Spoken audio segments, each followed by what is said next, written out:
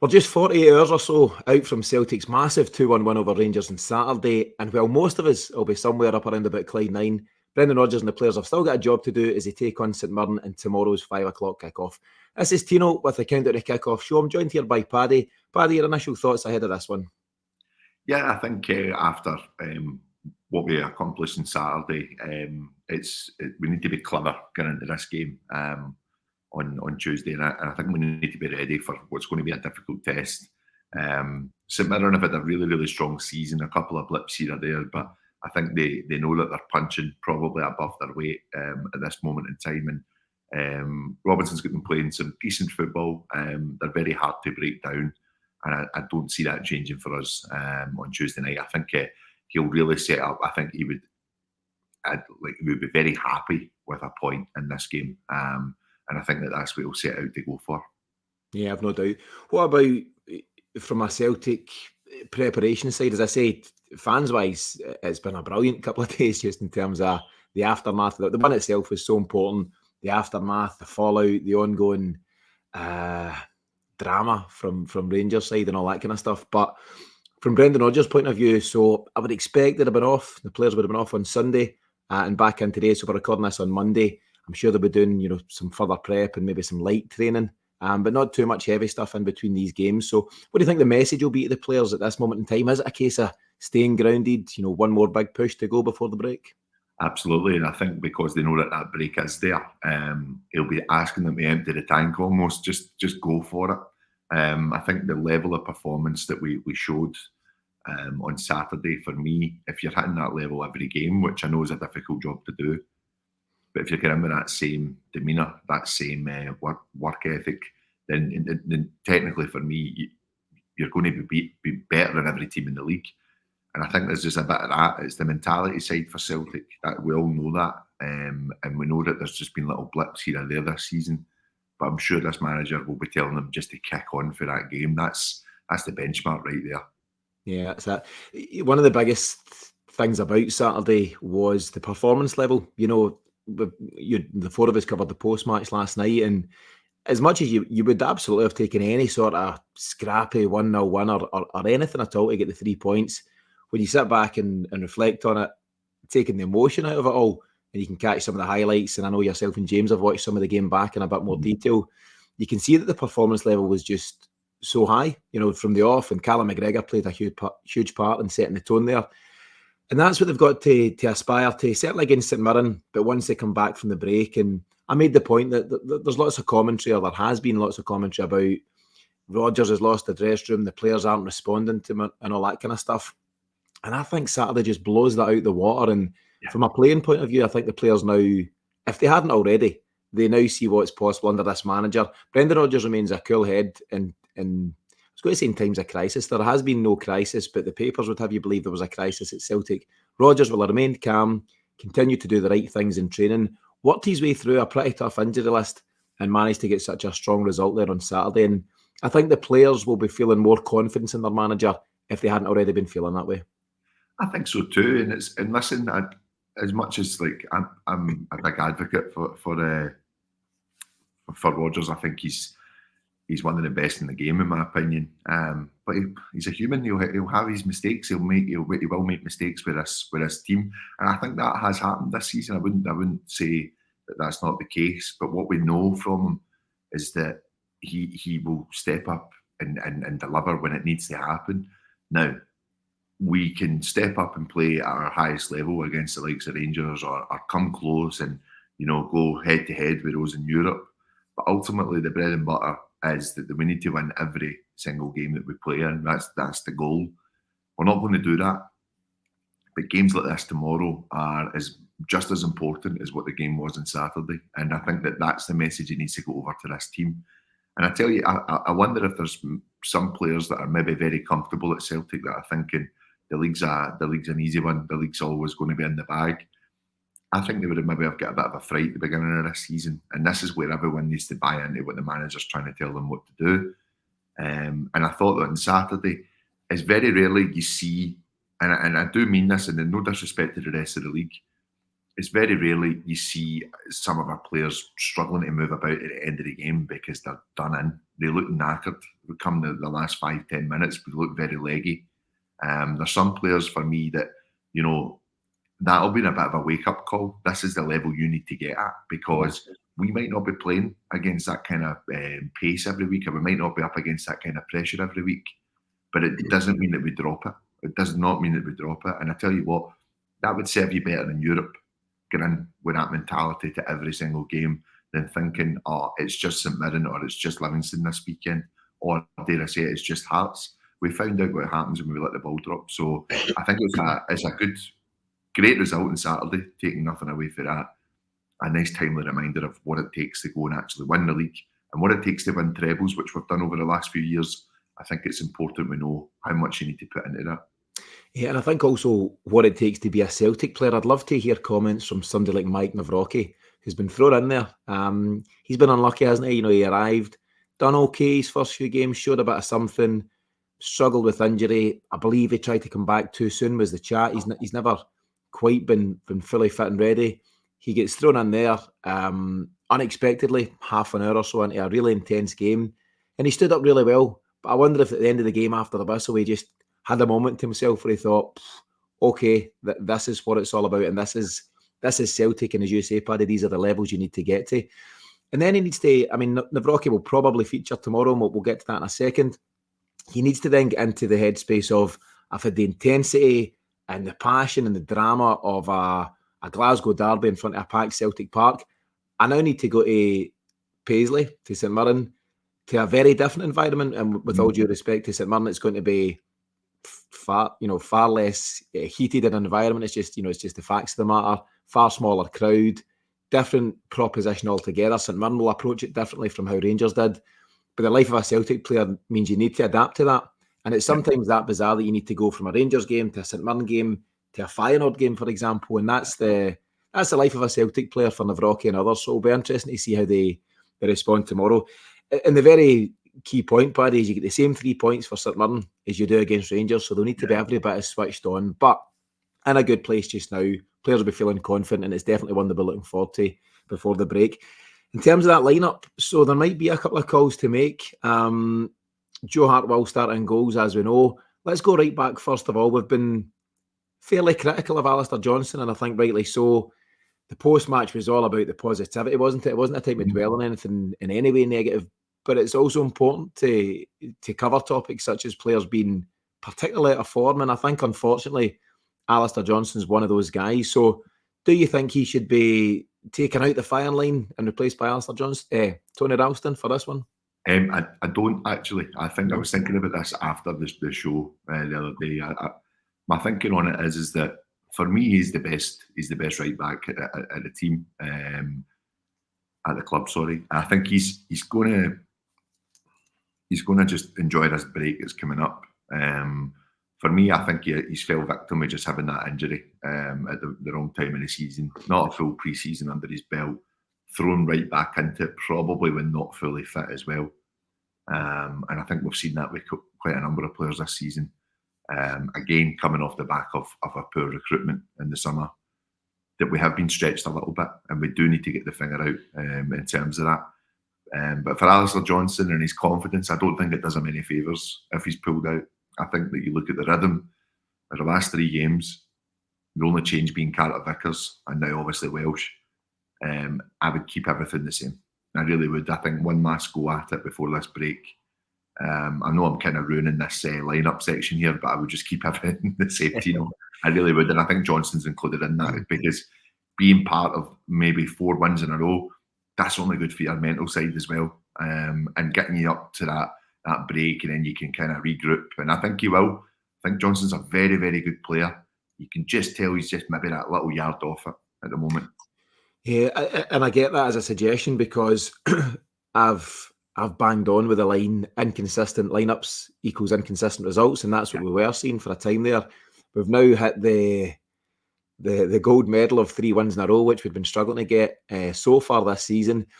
Inconsistency is something that Celtic really need, and actually, apart from Carter Vickers' injury situation there, we're pretty much at the same lineup now, 3 in a row, I believe, with Bernardo getting that place in the midfield. And there would certainly be a lot to be said for making that 4. Obviously It looks like Nawrocki will come in for Carter Vickers. We'll get there in a second.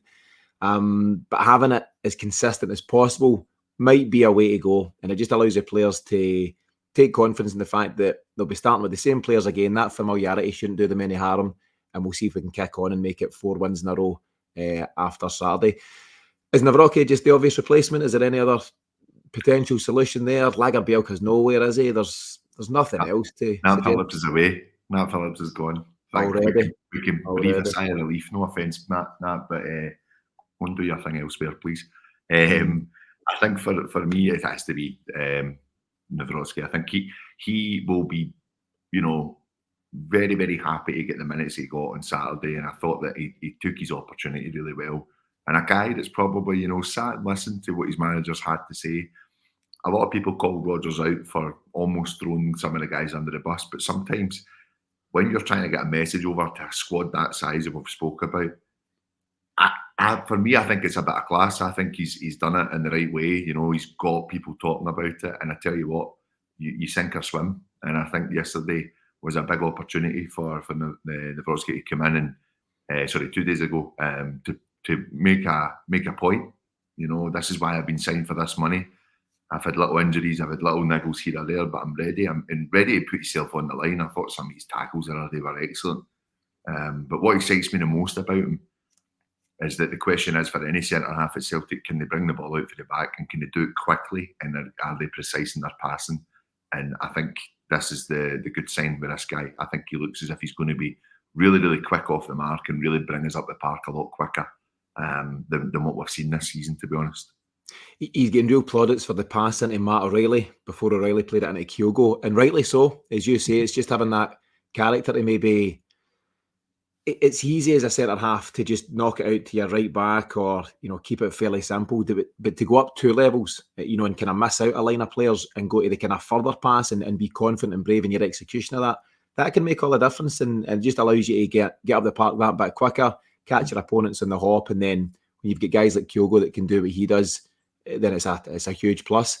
You use the term sink or swim, and I think that's so accurate for anybody coming to Celtic. It's not enough just to have ability. A lot of people will get the move to Celtic based on their ability, but you then need to show your mental resilience and what you've got about you as an individual. And I think it's those that have got that strong mentality that got to be a real success. And in terms of Nawrocki, you have to say he's passed that test on Saturday with flying colours. And now it's all about how he takes it on. Once you find your feet, can you then go and do it consistently? And that's what makes you a real Celtic player. But the signs are there for him that he could well go and be that guy. He's obviously up against huge competition in the shape of Carter Vickers, who would be a starter every single time when he's fit. But that's the challenge. You've got to be chapping that door and seeing where you get to. And then on his left-hand side, you've got a guy in Liam Scales, who honestly, Paddy, this is just repeating what a lot of folk are saying, but he's just getting better and better. And my take on him, a couple of months ago was he's fine for now. He's doing a decent job. He's got a mistake in him, but he'll do it at the moment. And I've moved away from that to, where is that mistake? We're not seeing that mistake that we all thought was in him. It's like any player, he can have a couple of moments in games, but by and large, Paddy, when he's had to go and show what he's all about, he's really stood up. And actually, you can bookend his Celtic career, certainly this season, in terms of the game at Ibrox and the game there at Celtic Park against Rangers. Everything he's done in between that has been so impressive, and I'm happy for him to be our centre half, certainly throughout the rest of this season, and who knows what's beyond. I think with Liam Scales, and I know I'm being pretty critical, and I'm not really pulling away for that too much now, to be honest. I think for Scales, I think it's an incredible turnaround for him. I really, really do, and I think that you're absolutely right to call out the games against them, and some games in Europe as well. I thought Atletico Madrid, I thought he was at Celtic Park, I thought he was solid. I thought he'd done really, really well. I think those kind of games suit him when he's back against the wall. He's up against it. I think he thrives under that pressure. And I would say the same way any centre half. The thing with Scales for me is that, does he do it bringing the ball out? We play a different brand of football when it comes to the other 10 teams in the league. It's a more difficult game. It's backs against the wall for them. Is he the answer to unlock midfield, unlock defences? I don't think he is. And I think that this is the bit that he falls down on for me. More than anything. And I do still think there's still little lapses of concentration that I worry about. And it's not blatant errors, but in the build-up to play, he's letting players in. Obviously, not always helped by Greg Taylor in that, to be honest, as well. That for me, as much as, yes, there's a sentimental value to Liam Scales, I definitely think we're all happy to see what he's doing. But do we sit on that? Do we think that that's good? Is that going to be the level required for Champions League next season, for Europe next season? For me, the answer is no. Is he a squad player? Yes, 100%. I think he's earned that. I think he's earned a new deal, without a doubt. I think he gets what it takes to play for Celtic. I love his passion. I love his energy. I love everything he's done since getting into the team. But is he the level that we need? I don't think he is. And I think that's very fair, and it's a very valid comment, and I'm sure it'd make for a good debate amongst loads of Celtic fans, and I'm sure it's one that's been doing the rounds in recent weeks and months.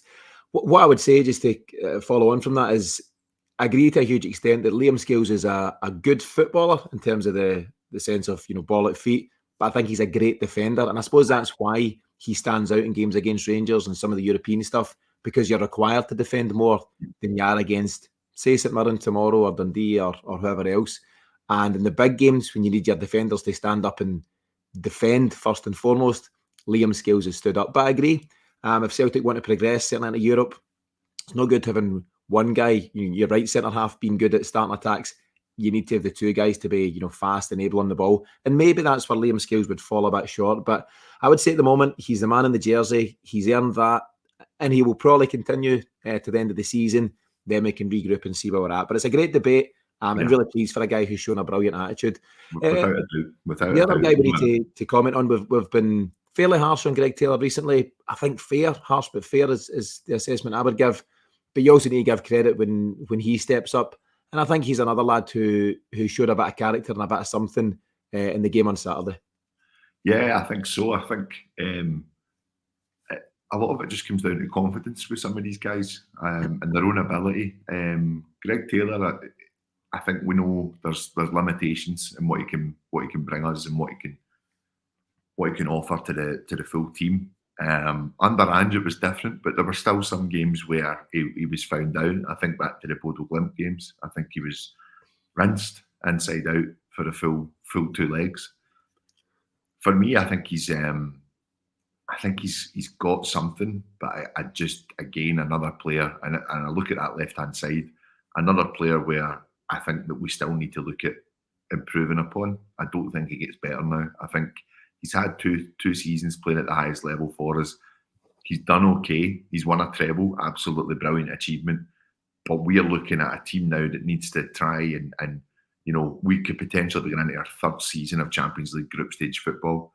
Is the progress there? I don't see it. I don't see it. So this is the next step for Celtic. And I know that everyone's saying we'll get the league to win first, but I think on the evidence of Saturday is that the quality of that team is there. And if we get players back and we kick on, we do have enough in the tank to go and win this league. We will sign in January. We need to sign in January. I don't think there's any doubt about it. But ultimately, I think if you're Brendan Rodgers or your recruitment team, you're looking at, right, who takes us to the next level? Who gets us 7 points in the Champions League next year? Or, dare I say, 10 with the extra game coming in and play? We really need to start planning for that now, because we've been caught out so many seasons before. But the one group that lies on is the board. Is the board if they want to do that. And like you've mentioned before, it's not Greg Taylor's fault. It's not Joe Hart's fault that they're in this position. And I totally agree with that. But they are standing up and they're going to put their bit in, because it could be their final season in a Celtic jersey. It generally could be. So I want them to give everything, because they deserve it as well. They deserve to win, the guys, because they've done a lot for us. Yeah, I'd agree with that. You use the term sentimentality when it comes to guys like Liam Scales, and I think that applies to Greg Taylor. Yeah. I think he's a guy he's had a journey at Celtic, hasn't he? He arrived pretty unfancied, struggled a bit. Celtic tried to find alternatives in guys like Ball and goalie and others, and Greg Taylor saw a few guys off. What do you call him? Bernardo has obviously come in and he's not even touched Greg Taylor's shirt. He's not getting anywhere near it, to be honest with you. And then Taylor's had those 2 really good seasons under Ange. He's now gone back the way a bit this season, although he stepped up again on Saturday. He's a guy who's ridden the Celtic roller coaster, to be honest with you. And I think a lot of fans, whenever Greg Taylor moves on, will thank him very genuinely for what he's done and the commitment he's given to a Celtic shirt. But I suppose the same message applies to Greg Taylor as Liam Scales. You can like them individually, and I think Miff loves Greg Taylor individually, but you can be fond of these guys, but still hope for better. You know, you always hope that your team improves, don't you? That's just the bottom line. And getting complacent and settling for good enough, you know, maybe that's where I'm at with Liam Scales. You know, I don't know, I'll need to work that one out myself, but Joe Hart is good enough to see us through this season. Liam Scales is good enough to see us through this season. Greg Taylor's probably the same. But Paddy, really within this January window and beyond, Celtic and Brendan Rodgers and the board need to look beyond good enough. What about getting players that are good enough to go and compete in the Champions League, good enough to get those 7 points instead of 4 that you mentioned? And that's the ambition that the whole club need to show.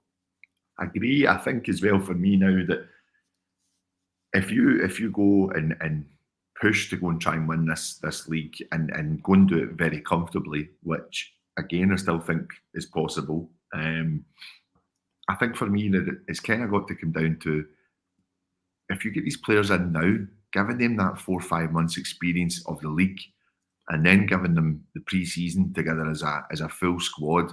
These guys are coming in to play Champions League football for Celtic. Surely that's the method. Surely that's got to be the plan. I know January's a more difficult window. I understand that, and it's very hard to tell if any of your main players are going to head in the other direction. But surely, as a scouting team, as a recruitment team, you plan for that. You get yourself ready for that. Who is going to come in? Who's going to be ready for the Champions League for next season? I think back to the amount of seasons we've used near beat-on in qualifiers, and you're scratching your head like, are we just hoping that we get there? And then you're given a new centre half, or you're given a new midfielder or a new striker 2 or maybe 3 games before the Champions League starts to bed themselves in. It just doesn't work.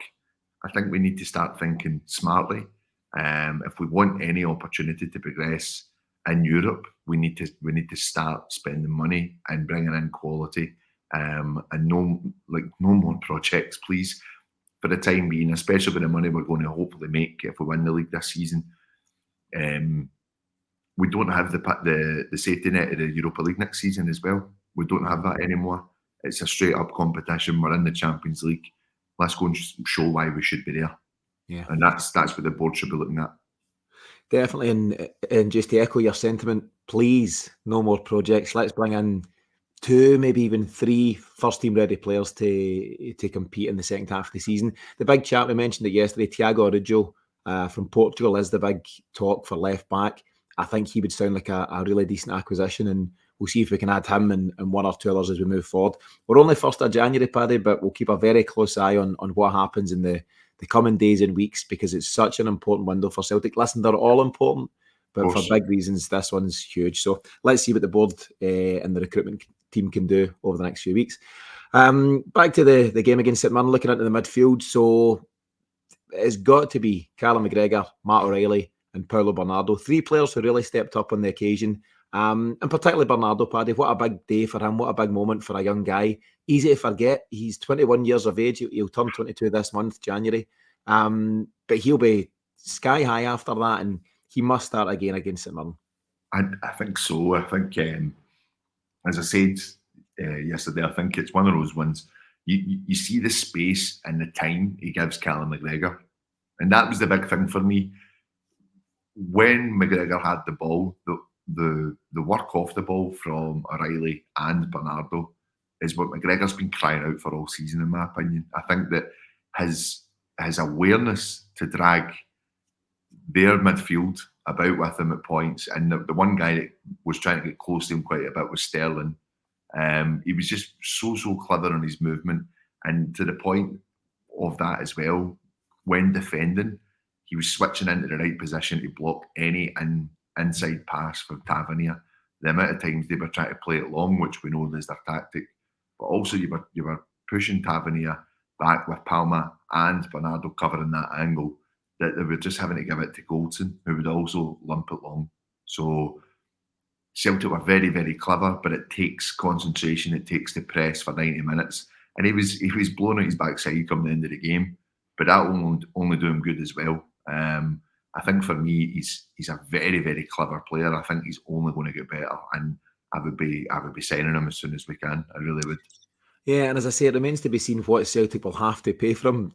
Conflicting reports, whether it's 1.5 million or somewhere between 5 and 6. So we'll try and get clarity on that. But yeah, I think he's just stepped up. And listen, 2 or 3 games doesn't make a career. You need to go and then, as I say about Nawrocki, find that consistency. Yeah. Can you go and do it for half a dozen games, 10 games and beyond, and show what you've got? But I think all of a sudden fans have started to get excited about Bernardo.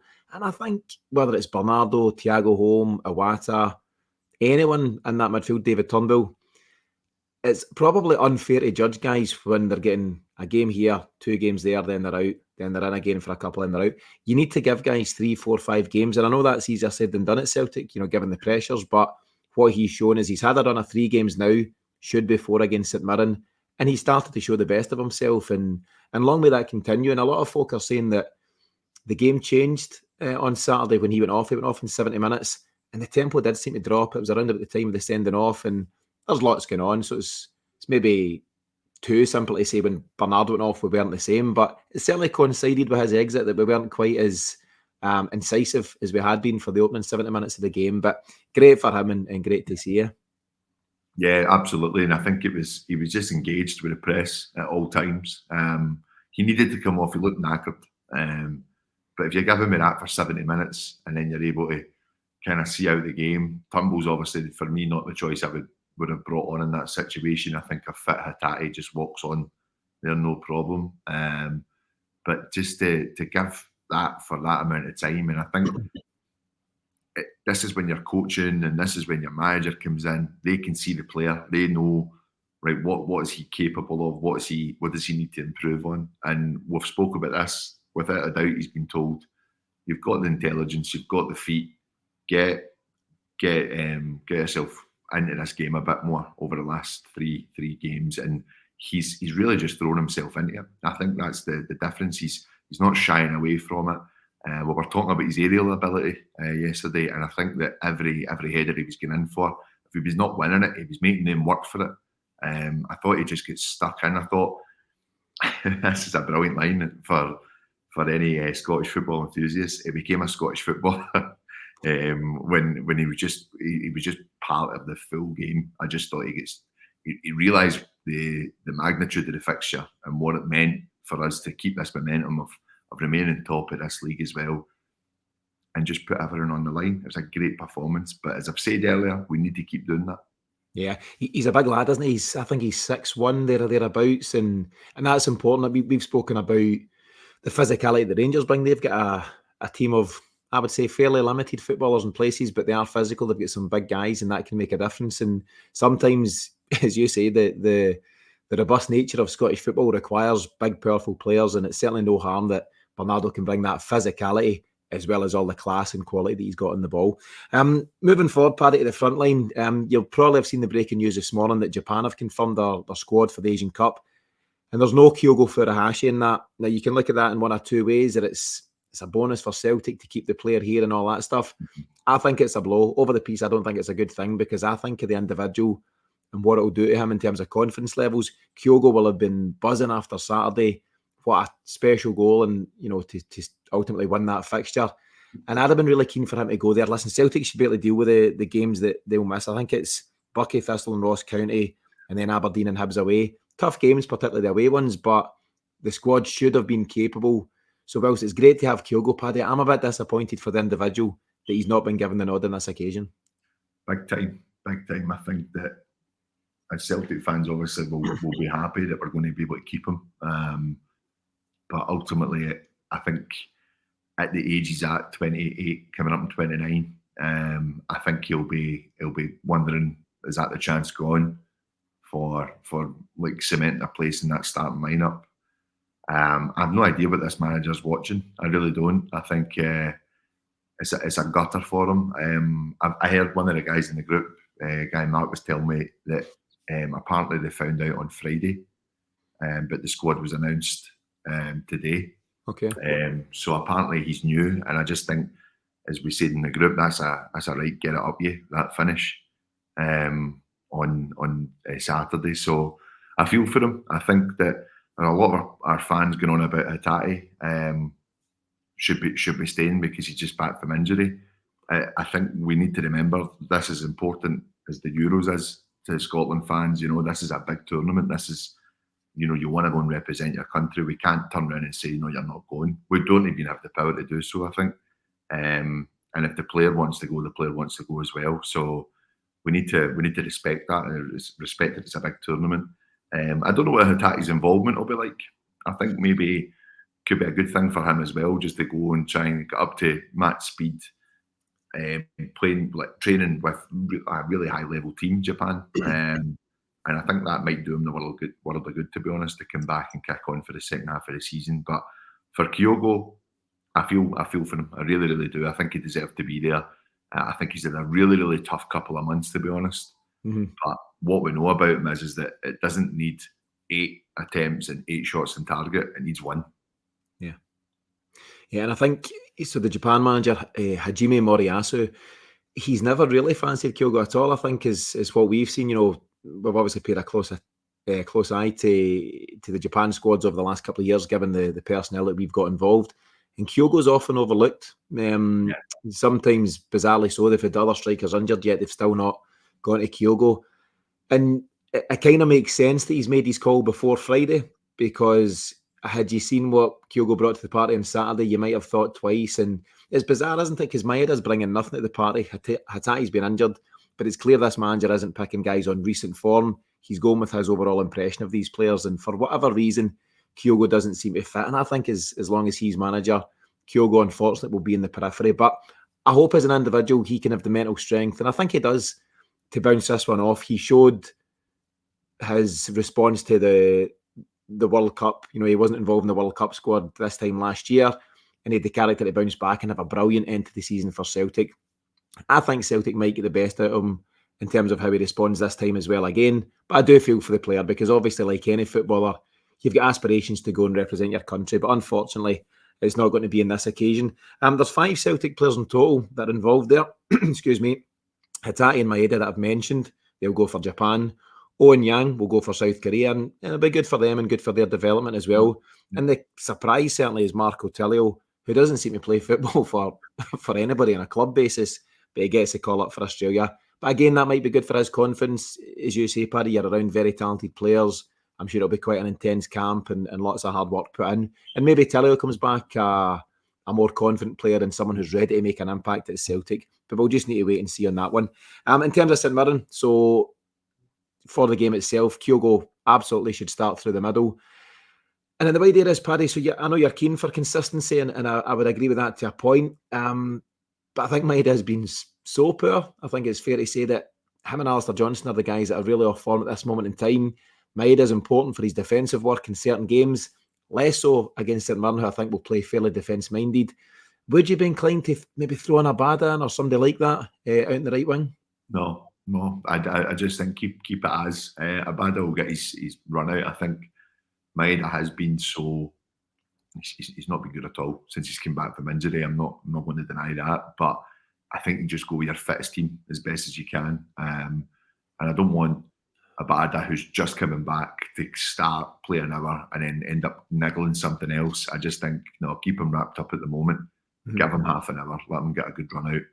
And it's good for the mental side, especially for winning. I know we'll come on to this, but I think we'll score a few tomorrow. And for me, I just think you stick with the team that's been doing well. Let them, like I say, empty the tank before the break starts, and we'll see the likes of Abada come into the game as well and put more pressure on. So no, it wouldn't be a change for me. Yeah, fair enough. I can get on board with that, and I think, for Abada and Hatate, talented as they are, it's important not to rush them back, isn't it? It's tempting to do so because of the quality they bring. I wouldn't be surprised if we don't see much of Hatate at all. We might not see any minutes from him against St Mirren, depending on how it's going, because I think they're just keen to be very careful with him, given that he's had such a stop-start season. And likewise, they'll be keen to make sure that Abada just beds his way in. What did he get? 15 minutes or so on Saturday? Yeah. Maybe it'll be similar there. Against St Mirren. And that would be Louis Palmer on the left-hand side, Maeda on the right-hand side. And it leaves you good options in the bench. Hatate, Abada, Mikey Johnson that I've got to get my mention in for, and various others. But let's turn to St Mirren, Paddy. They had a wee bump in the road. They had obviously a very strong start to the season, getting a lot of plaudits. Then they had a bit of a dip of recent, but they put in a really big performance the weekend. They beat Aberdeen 3-0 in Pittodrie. And not a lot of teams go and do that at any time. Although I think Barry Robson's time sadly might be coming to an end. He's a guy who's pretty popular at Celtic Park for obvious reasons. But from St Mirren's point of view, it's a big result to go and get. It's a great result. And I think that they play some really nice football. I said at the top of the show that I wouldn't be surprised if they sit in against us and it's a case of breaking down the low block. But actually, the last time we played them, they did try and come out against us a little bit as well.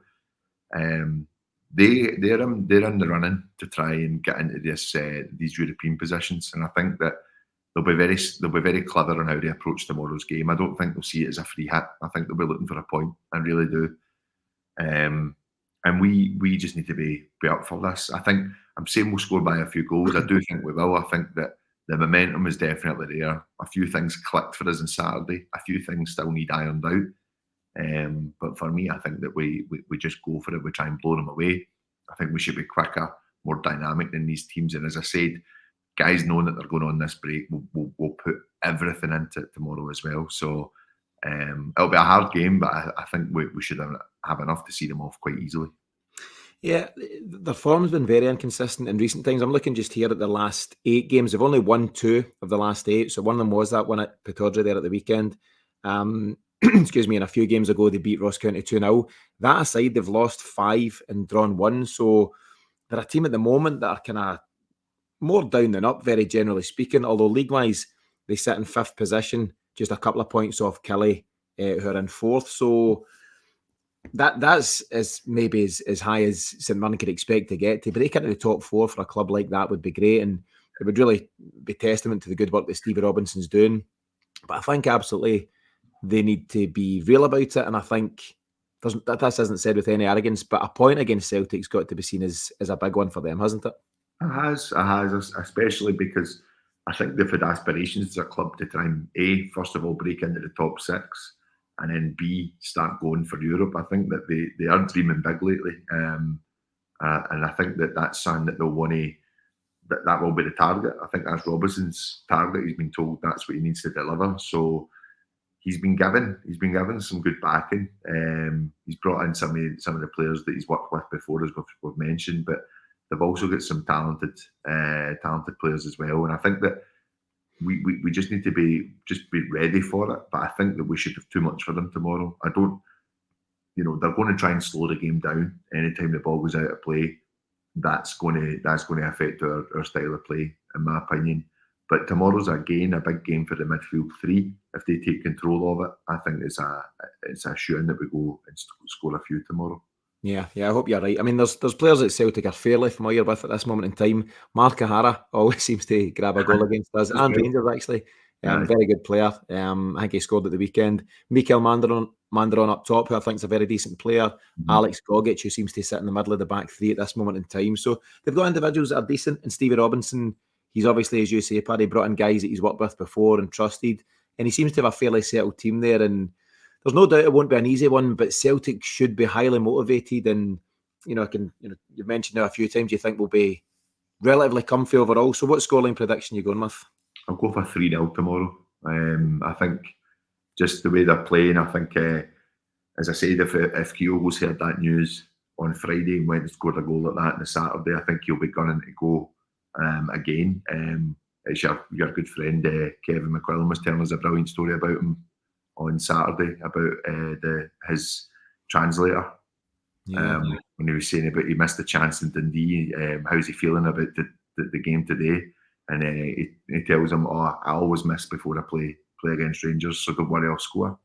Yeah. It's just the making of the guy, I just think he's got a brilliant mindset, and I think he'll be wanting to prove a point, and just show the Japanese boss what he's missing out on. So I think we'll see a lively performance from him tomorrow. But I think all eyes again are on Paulo Bernardo. I think he's going to have a good one for us. Yeah, I hope so. And I think like Kyogo, the 2 goal scorers, they'll be feeling really good at themselves. I wouldn't be far away from your 3-0 prediction. I'll go a wee bit more reserved. I'll go 2-0.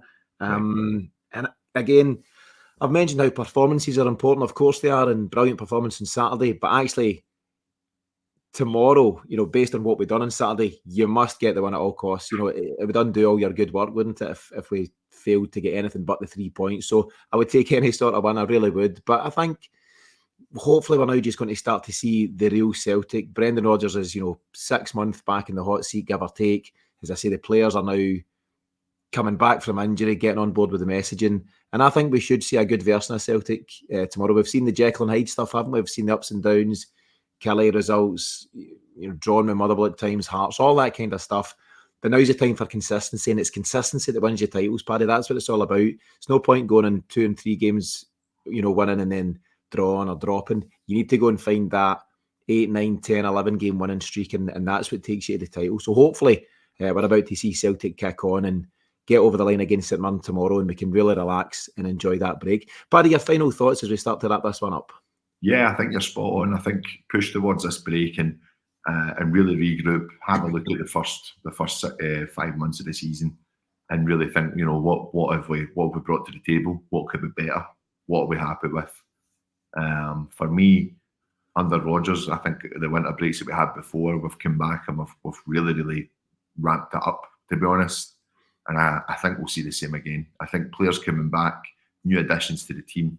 I'm really looking forward to the second half of the season. And it will be reflected on how important a result that is on Saturday. I think that come the end, we'll remember that game. The way we did when we won in the 1st of February a couple of years. That was the move. That was the time, right? Let's show what we're about. And I think that this Celtic team has got a lot more to show this season. So I'm excited. We need to sign players, absolutely, but I think those that are there should be giving themselves a massive pat in the back to have us in this position come the end of the first half of the season. So well done to them. Yeah, and let's hope that Saturday's big win's a catalyst for lots more to come in the second half of the season. Just before we wrap things up, I said this yesterday, but a very big thanks to everyone who supported us throughout 2023. We've got real big things planned for the year ahead, and hopefully, you'll all be on board for the journey, whether you watch us on YouTube or listen to the podcast. It's really much appreciated by myself, Paddy, and the rest of the team. But in the meantime, thanks myself and Paddy for tuning in for this one. We'll be back shortly after the game at St Mirren with the final whistle show. But until then, enjoy your new year, and we'll see you again very soon.